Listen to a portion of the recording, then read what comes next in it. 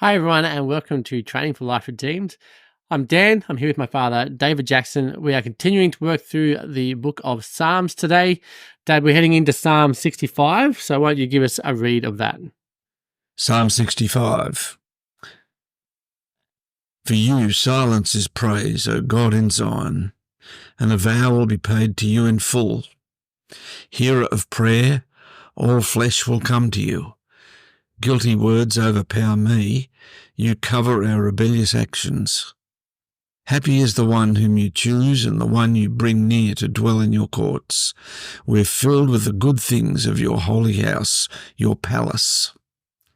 Fearful in righteousness, you answer us, God of our salvation. Secure are all the ends of the earth and the distant seas. The one who establishes mountains in his strength, the one fitted out in his power, the one who stills the roar of the seas, the roar of their waves, and the sound of nationalities. And they who dwell at the ends of the earth will fear because of your signs. You cause the going forth of the morning and evening to sing out. You visit the earth and you make it abound greatly. You make it rich. God's canal fills with water. You cause their grain to set because you set it just so. Saturating its furrows, shaping its trenches, you soften it with abundant rain. You bless its shoots. You crown a year with your goodness. Your tracks spill over with the excess. The pastures of the wilderness overflow, and the hills are surrounded with celebration. The pastures clothe themselves with flocks, and the valleys cover themselves with grain. They raise a shout. They even sing.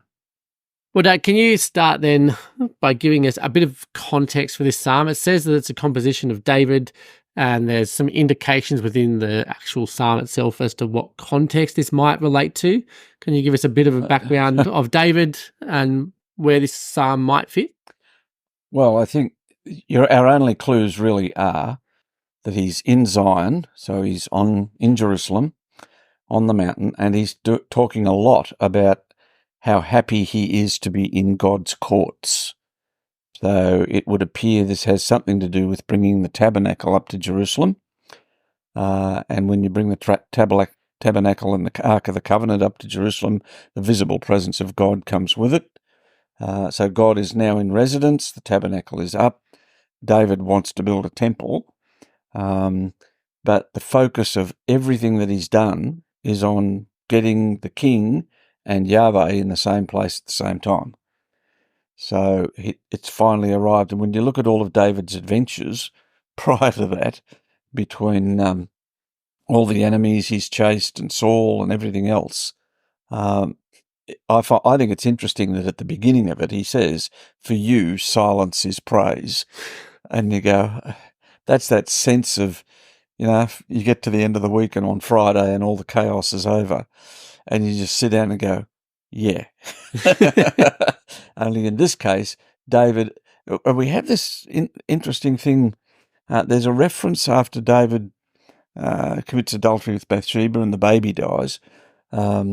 David has been praying all night and the answer was no. So he gets up, he gets dressed, has a wash, has his breakfast, and he goes and he sits in the tabernacle. So the king is in a place where the priests should be. It seems I don't think he was sitting in the court outside. It looks like he's sitting there facing the curtain, and Yahweh is visibly present on the other side of the curtain, and he's been forgiven of his sin. God said no to his prayer, and he's just sitting there in silence, recovering. There's a sense of, okay, all of that's all over. And I think this is a song that you sing when you get to the point where the struggle is over. It's resolved. I can sit down. I can sit in the presence of God. I don't have, a great list of requests at this point. He's answered everything. And so there's an element here of, he says further down that God answered his prayer. And you go, that's a good place to be. Yeah, so if this is our kind of context, we have the tabernacle pretty much is definitely in Zion. It's pretty much Yep. that's fairly clear from the context here. Whether it's as David's brought it in, or just it's in there and it's set up and it's later. He's at that point in his life where he's no longer being chased by Saul. Yep. He's established himself as king. The civil war aspect is gone. He's basically set up his kind of palace too in Jerusalem, because he's now bringing everything into Zion, or has already brought it into Zion. And it is really that short period for David where there is peace.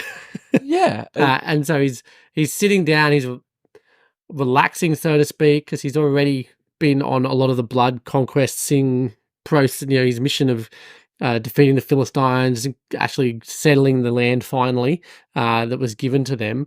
And so I guess now he's looking into, everything is in order in that kind of sense of peace. Yep.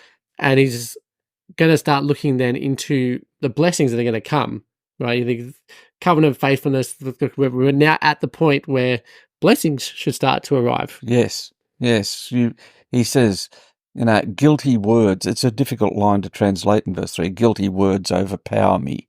The word for words and the word for things is the same word. So is it guilty words or guilty things have been overpowering me? But you cover our rebellious actions, so that whatever the accusations, whatever the slander, whatever troubles he's been through, whatever guilty things are in view, this word cover is the word we often translate atone. You atone for our rebellious actions. You cover them. They're gone.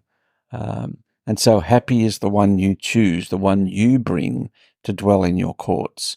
So God is... It's not that David has solved all these problems or David has won all these victories. God chose David, and David wasn't expecting it. Neither was anybody else. He chooses the runt of the litter. He brings him through terrible experiences, and through that, everybody can see that it's God doing this stuff, not this little weedy guy, from some donkey farm down the bush. Sheep, Dad, sheep. His father was running donkeys, wasn't he?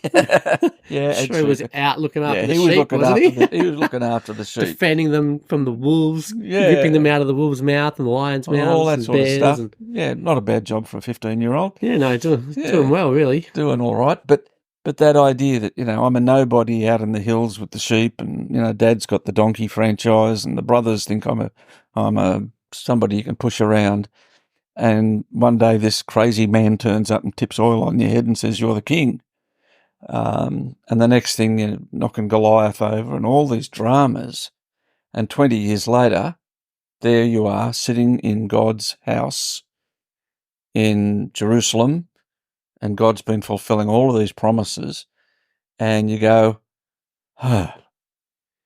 finally, silence is praise. The world is still. There's a theme in the Bible, and particularly in the Gospels, where the Messiah, God's anointed one, silences his enemies, and you see it. It's sort of a comedy with Jesus. The Pharisees, the Sadducees, the Herodians, they keep sending teams of people to trap him. And by the time he's finished with them, they're all standing there in total silence. They've got nothing left to say.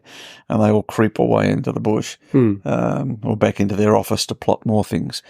But there's this, it's over. That real wonderful sense of it's over. And you have brought this nobody to sit in your house, your palace. That's a great place to be and to sing. Yeah, and you talked there about that theme of silence, which then kind of gets continued throughout the psalm here when it talks about, the signs that Jesus, what the Jesus is going to do. But when I was reading, I went straight to Jesus with the signs that he does. But then also, with also looking back to the signs that he's done with Egypt, and the signs he did as Joshua brought them in, the signs that he's done the whole way through. But also the ones that we read this now thinking of the more recent ones with Jesus and that. But we also have, we've got stilling waters. We've got, this whole idea of settling things, establishing things the way that they're meant to be. Yeah. And, the seas obviously take on, more of a role than just being the sea. They are linked to creation, they're linked to chaos, they're linked to all kinds of stuff.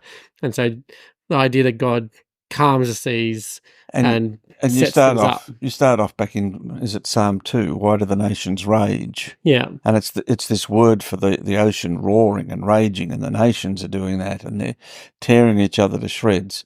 And you watch the news, and there they are tearing each other to shreds. And here he is saying, they're all out there doing all of that, and you silence the whole thing. And there's the language of the Psalms. One of the great, people argue about, is Jesus God? One of the things that Yahweh does in the Old Testament is he is the one who brings the roar of the ocean and the seas and all the threat that is, and he stills the whole thing.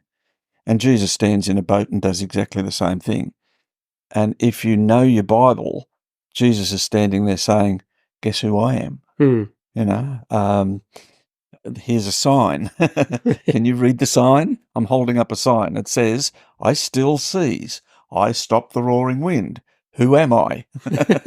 and that's what this song is teaching us to look for that sign.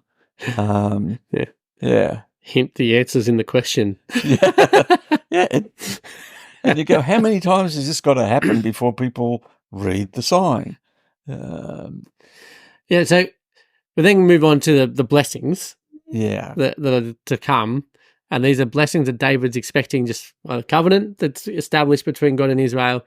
And obviously for us, at this point in creation, we're looking forward to a new creation, to heaven being on earth, all that kind of stuff.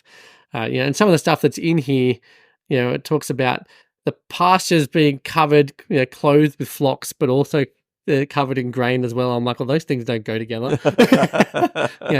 You overpopulate an area, you kill all the animals, and there's no food for them. But in Israel, it works because, the language in here, this is poetic language about, farming. And so, saturating the furrows and shaping its trenches and softening it with rain, and blessing its shoots and all these wonderful pictures. God promised Israel that he would put them in a land, the promised land, a land of milk and honey. He is restoring Eden. He kicked us out of Eden. That was God's place to be with his people. Kicked us out of there when we told him we could do a better job. Mm-hmm. Off you go, do a better job. See where that ends up. And so now that he's made all these promises to bring us back to this Eden, and he's describing it, one of the little clues here is the land of milk and honey.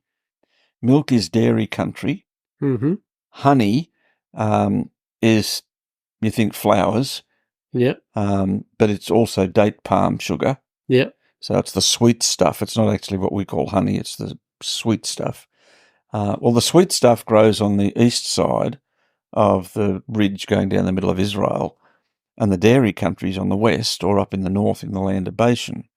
So God is going to give him this area that's, brilliant coastal rolling hills like, Bega and Kiama. Yep. On very one green, side, lush, beautiful place. and then the other side is sheep country. Yeah, not much else to live there. Sheep and goats. Sheep and goats, that's right. And if you're in Australia, think like going out west near Broken Hill, and that's the one. When you start hitting the, is it called, the Never, like where it's all sharp rocks and no plants, that kind of stuff. But that sort of landscape is east of the ridge in Israel, just like it is east of the Blue Mountains. West of the Blue Mountains. So you've got that distinction, and here he is. You've got the grain, you've got the flocks, you've got both sides of the ridge, and it's all happening. And he describes this as your tracks spill over with excess. So wherever you go, wherever God's people go with God, it's like everything suddenly is overgrown, and the excess is going there. This is, the pastures clothe themselves with flocks. You've got so much grain, you've got to run the sheep out there quick and bring it down. This is a scene of abundant blessing, and if you read the history of Israel, there were a couple of periods where something like this happened, but really and truly, we're still waiting for those promises. And so earlier on, he was talking about, all the ends of the earth will fear because of your signs.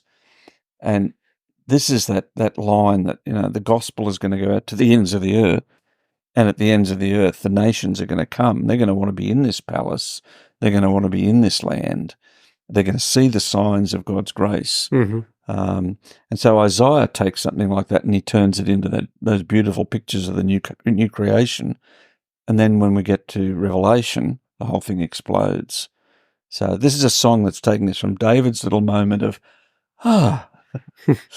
to looking forward to where that is going to get a whole lot bigger. Well, now that brings us to the end of this episode. If you would like to come and grab the study notes to go along with this episode, go deeper into this and have a look at a bit more of the context, all that kind of stuff, you can come to trainingforliferedeemed.com/128. You can subscribe there and get access to the study notes. You can also watch the video and all that kind of stuff there as well. And otherwise, make sure you hit the subscribe button. Come back and join us next week. Next week, I think, is our last episode, Dad, for the year. Possibly. Is that right? Yeah. Well, we'll find out. I don't know. I just come along and do all the bits and pieces. All right. We'll see you next week. See you next week.